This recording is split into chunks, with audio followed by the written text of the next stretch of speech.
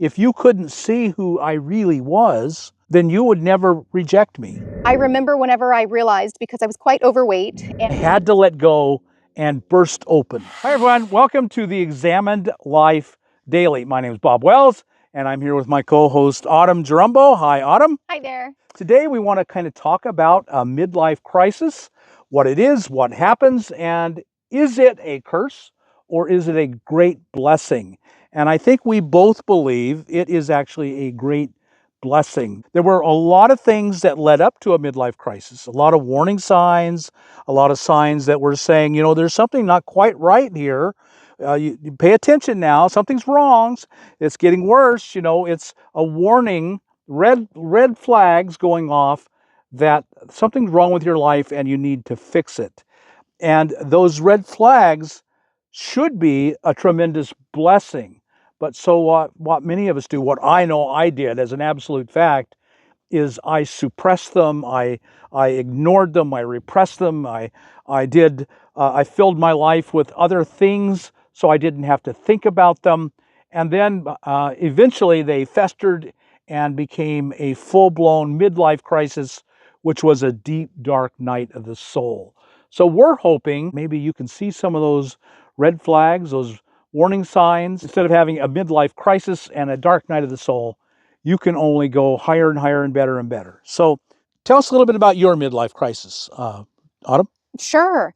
Well, so here's what's interesting. I actually think that my crisis was maybe even more in the realm of what would be like a quarter life crisis. We think of midlife crisis almost around the age of 40. I'm 41 right now, and I have been in my midlife blessing, the really blessing, wonderful stage of having listened to my midlife crisis for at least 3 years now. And so I was a little bit younger when I experienced mine, but it was just a profound restlessness and a sense that I wasn't sort of the chief and commander of my own life, and that I was going through the motions, going through the rhythm for a life that I enjoyed parts of it. So that actually made it tricky. I loved Right. the work I did. And so there were some things that were good enough not to kind of lead me into the dark night of the soul.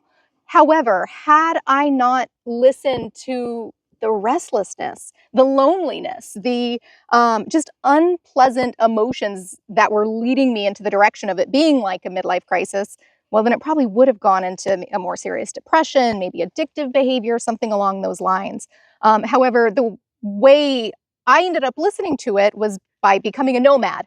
And so this isn't a nomad channel, but because we're both nomads, we talk about that because it's part of our lifestyle. Before we started filming, Bob and I were talking about the hopes we have for you guys as you are tuning into this video. And I would say one of my great hopes is to trust your suffering, to trust the wisdom in to really examine the feedback of the unpleasant or painful emotions or experiences you're having, because there's so much wisdom in them. And Bob, I'm curious, what would you say your hope is for the audience?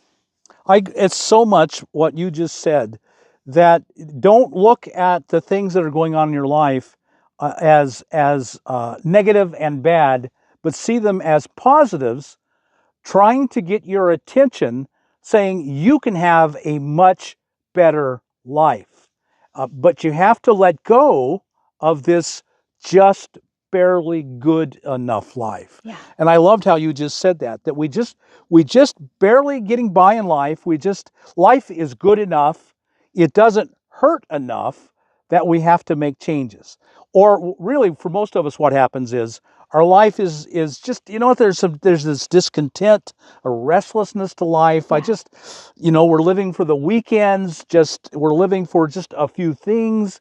We're enduring and surviving life, the workaday world, and but we're always living for something else, and it's just good enough to get by. And if it's not, we fill our lives with something that distracts us. Viktor Frankl, a psychologist I love and admire profoundly, has a quote where he says something to the effect of, if our lives lack meaning, we will turn and fill them with pleasure instead. And so what a lot of us do, become pleasure seekers, because our life has no meaning, no fullness, no richness. It's just kind of enduring our daily lives. We look for ways to fill it with just all the pleasures of this life. And that's not a negative. There's nothing wrong with the pleasures of this life. We should be living them. But they become the the savior almost of our life. So for me, it was always food, and it's been a lifelong struggle. If life is just barely acceptable, it feels a whole lot better if you have a bag of potato chips to go along with it. Right. And I just want to echo that because food was the way I escaped. And it's actually really sad for me to think about in a particular phase of my life, a decade of my life, where the thing I most looked forward to in my day was whatever kind of dessert I was going to have when I got home. You can just supplement food for any kind of addiction. Yeah. For some folks, it's, having some kind of alcohol or different type of substance or behavioral addictions. But for me, it was always food. And I remember whenever I realized, because I was quite overweight, and I realized I need to stop eating the sugar. It was actually that was a crisis because I was like, what on earth is going to get me through the day? And I felt like that's how I knew that I wasn't living the life I really wanted to live if I was leaning that heavily on like a cookie. And it's amazing how much those things distract us. We distract ourselves from the red flags, the pain in our lives, by these other pleasures, and and that's fine. They do work. They get you through life, but the festering wound of the problem, the base problem, is never solved. And it will continue to fester and get worse, and it'll get worse.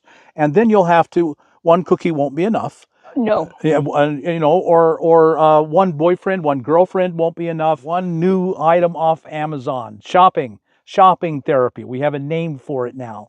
Spending money. There's nothing unhealthy about those things. It's when they're filling a void that you need filled with the right thing, and you're filling it with the wrong thing, then it becomes a poison. It becomes almost a sickness. You're trying to fill a hole in your heart. That's the old saying that we hear all the time, and it's really, really, really true. And instead of filling the hole, it's a stopgap, and the hole festers and worsens. Bob, I'm curious, you mentioned that sometimes the pleasure seeking can become really harmful whenever it is almost like numbing or temporarily filling up that hole in the heart. What was underneath that for you? Like, what was that hole that got satisfied eventually in other beneficial ways? I build walls, and I don't let people in. And so I had to tear down those walls. And a good analogy is you have to break your heart open before you can find the holes and the wounds. It takes a broken heart. And so I dug, and it was incredibly painful and unpleasant for me because I was pretty extreme. And it doesn't have to be that way. You don't have to go as long as I did and build these huge, thick walls and keep everyone out. And what it really turned out for me was I felt, and I have no idea why I felt this way, that I was unloved and would never be loved. And so because of that, I didn't know how to love others. And that's why I kept building all these walls. If you couldn't see who I really was, then you would never reject me. You would never know that I was not worthy of love and that you shouldn't even hang around with me because I was not a good person. And it was all really deep below, and it was not at the surface at all. I never actually felt that way or thought that way. In fact, sometimes I was just the opposite. I was very prideful and arrogant. But down below all of that was this other thing going on that was just terribly destructive. And it took an examined life. It took, the pain got so bad. There's one of my favorite quotes is from a woman named Anais Nin. And she said, the day came when the pain of remaining tightly in the bud became so painful that I had to let go and burst open into this, what became, I hope, a beautiful flower. But I just fought it for so long, hid so deep away that it was very painful. If you'll start now with the examined life, just really honestly look at yourself in everything you do and ask why. And when you've got that answer, ask why again, because there's always another layer that you have to peel back of the onion. And I really want to share how much courage and bravery, and I don't say that lightly, how much courage and bravery it takes to do what you just described. Because if it's, I've learned how to operate and find a way to be secure enough in the world by having walls. And it also sounds like what you shared, Bob, is there's almost an unconscious sense of like, you didn't quite, like at the time, were you able to identify it as I don't feel loved? No, never. Yeah. I was shocked. The two big things I found, the three big things I found when I was just absolutely forced, it's life or death. I'm going to live an examined life or I'm going to die. Was a profound sense of not being worthy of love, and never having loved, and never being loved. Fear. I found fear just everywhere in my life. And then I found a self-righteous hypocrisy. Mm-hmm. And I guess, well, if no one will, I don't know why. I don't really understand any of this, but I guess the feeling in my heart was deep down was, well, if no one will love me, I'll just be right and better than everyone else. And so there was this hypocrisy, self-righteous hypocrisy. Well, you know, what comes to mind is shame. And this is one of the reasons that I think it is so vital to not push away and numb out our painful, unpleasant emotions. And again, that in and of itself can be hard, because if you start listening to your painful, unpleasant emotions, your whole life might change. Shame led you to put up a wall. So it's almost like, exactly. I think of shame as kind of like fire. I mean, that is an emotion that burns. It is so hard to feel. And it's almost like if I don't know the way out of the fire, then maybe I can have walls to numb it. Once those walls came down, that was in a midlife crisis for you? Yes. Yeah. Life forced it. Life absolutely forced it. Yeah. You know, and you, the phrase you used earlier, that life was good enough. It wasn't so bad. I could just endure another day. Yeah. And so I just kept enduring another day, building another layer on the walls, being more alone, more ashamed, more fearful, until the day came when it was just unbearable. Yeah. And then how unbearable was it whenever it burst? Like, was there relief, or were you just in the pit of despair? I was in the pit of despair for a long time. Yeah. And fortunately, I found a way out. And the way out is through the examined life. It really is nothing more than saying, I am going to understand what's going on in me, or I'm going to die trying. Yeah. In my search, I found one of the big answers I found was in Carl Jung. We have a number of videos on Carl Jung, and he talked about the shadow. And that just totally explained all the shame I felt. I had this shadow. All these things I was sure were so awful, and I just stuffed them down and pretended they weren't there and repressed them, and then they festered and became more, and they weren't even bad things. So pain kind of knocked those walls down, shattered them, and then you were in despair for a while. Deep. What is it that made you choose a different path than just reconstructing those walls? This spiritual path I found, and now follow with all of my heart, and their insistence of self-examination, daily living an examined life. Every morning, finding all the secrets. The most important things they said is you're only as sick as your secrets. And I could never hold another secret again. There could never be anything in my life that I haven't talked to and told another human being, and they know about. And I have lived by that. There's nothing in my life that's so secret no one knows.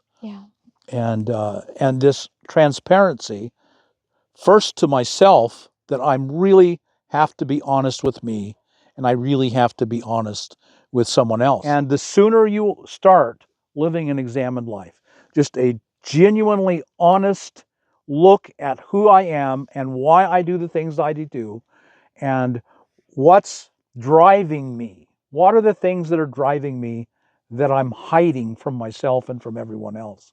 And if you'll do that, then you'll start unlayering the onion. You know, the old example is an onion, you know, the layers of an onion.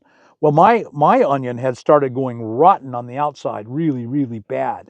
And so I had to go through all this yuck and muck to get down into the healthy onion, the strong onion, and to let it out and then let it start to grow and heal and become what it was supposed to be from the beginning. My prayer with this channel and everything we ever say and do is that you will find a self-examined life, that you will start looking at yourself really, really honestly, and never come to have layers of the onion you have to peel away.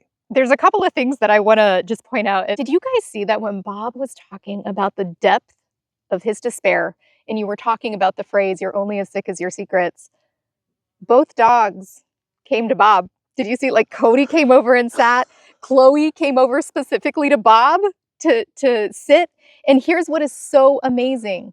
In you sharing about your pain, it opened your heart and you got comfort. You got received by the dogs.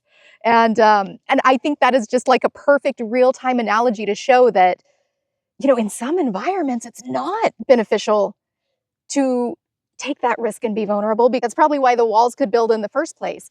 However, when you do find a safe enough space, you have dogs coming and giving you love.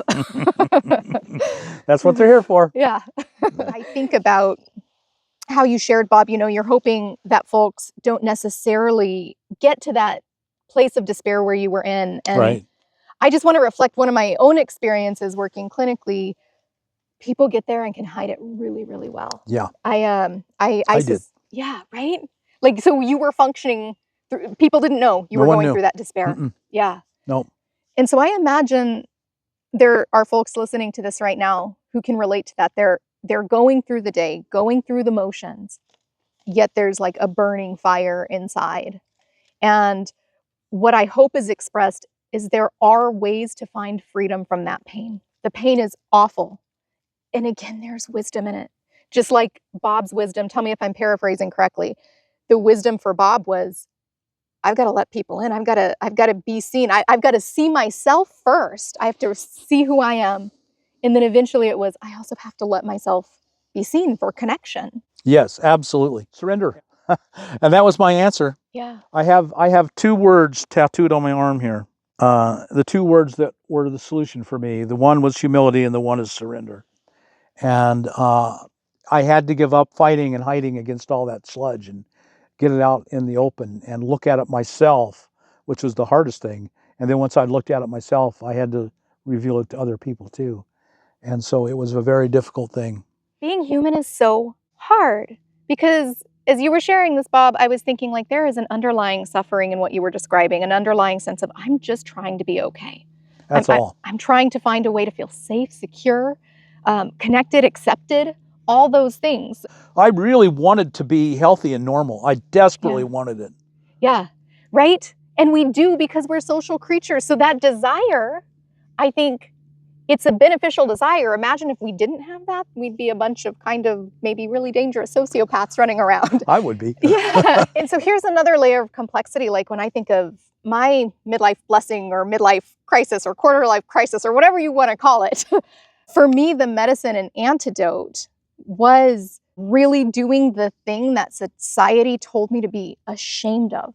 I live in my car, you guys, but I have never been happier in my life. I've never had more what feels like I'm actually living my work-based calling more than I do now, but doing the very thing that society always told me I should be ashamed of was for me my path to freedom. And I was ashamed. And I think a lot of folks probably can relate to that too. It's almost like when somebody says to you, hey, are you having a midlife crisis? You might be like, no, no, no way, you know? For me, I started shouting it from, you know, the edges of the internet.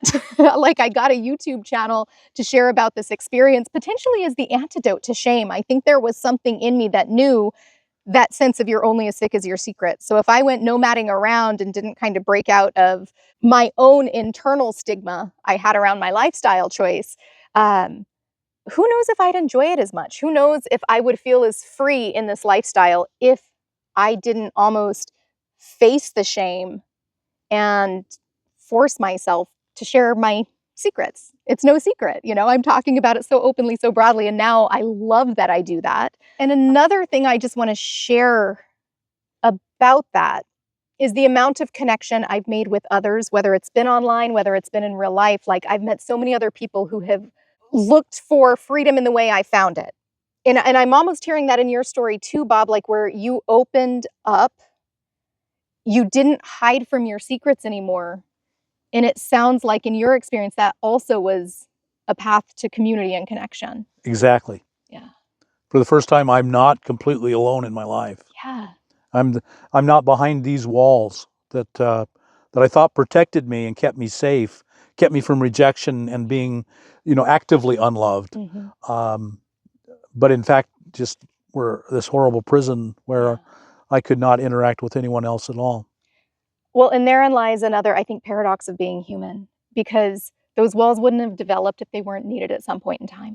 Right. And so I think so often the very thing that saves us can later be the thing that destroys us, which again, the examine life can help us discover when something's beneficial and when something is really actually taking us down. So I think what we're hoping people will take away from this is that they will treat the pain in their life, the discomfort in their life, as blessings. Yeah. Right back to where we started, that they're blessings to point out something's wrong.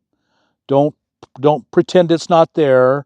Don't try to avoid the discomfort or the pain. What is this telling me that is wrong that I'd better fix now, or it will fester and become really bad in the future? Yes. Trusting our emotions and our restlessness in the same way that we trust our other senses. Like right now, it's about 65 degrees and breezy. So I'm getting feedback in my whole system that this is a safe and comfortable environment. If it were 100 degrees and windy as can be, that would be feedback that I need to go somewhere else. And it's like that with our emotions. Our emotions, Chloe agrees. Our emotions can be our greatest source of wisdom. And I would even say that our unpleasant, painful, negative emotions are even a greater source of feedback than our pleasant ones. Because pleasant emotions we sort of can just dismiss. Negative emotions, they're almost like, change it or else. Yeah. Don't hide. Find what you're hiding from in your life. I'd like to leave folks with a few resources. If you had strong emotions or even like a pit in your stomach come up as we talked about some of these topics, that can be feedback, right? That you related to something here. And my hope for you is that you can talk to somebody, hopefully a friend or a family member who really gets you, who's going to encourage you. But if that's not available, I hope that maybe there can be a counselor or therapist. If that's not available, because that's can be really pricey and expensive, unfortunately, and wait lists, then I hope you can find community programs, things like 12-step groups. There's other community groups. There is group therapy that's often at a far reduced rate to like one-on-one therapy. One of the things that I love about 12-step groups are they are free, and there's like 100 meetings a day everywhere, online, on the phone, on Zoom, in person, often all across the community, even small areas. Also, ChatGPT. I tell Bob all the time how I am just utterly fascinated with ChatGPT. You can use that like a therapeutic resource, knowing there's always potentially risks to your privacy when you're typing really vulnerable things online. That being said, you can use AI to actually help you examine your life, especially if you're on a budget. And I'd like to make a video at some point showing you how to do that, because AI has been programmed to basically be very much just like a therapist. If you are comfortable and you'd like to share about your experience of either having a midlife crisis, coming out on the other side of it, any wisdom or hope you have that you'd like to share, we'd love to hear. We're a brand new channel, so we hope that if you've got anything out of this, maybe you'll tell your friends. If you thought it was valuable to you, maybe it'll be valuable to them. Subscribe to the channel, hit that thumbs up button, and come back, and we'll see you again on our next video. See you then. Bye.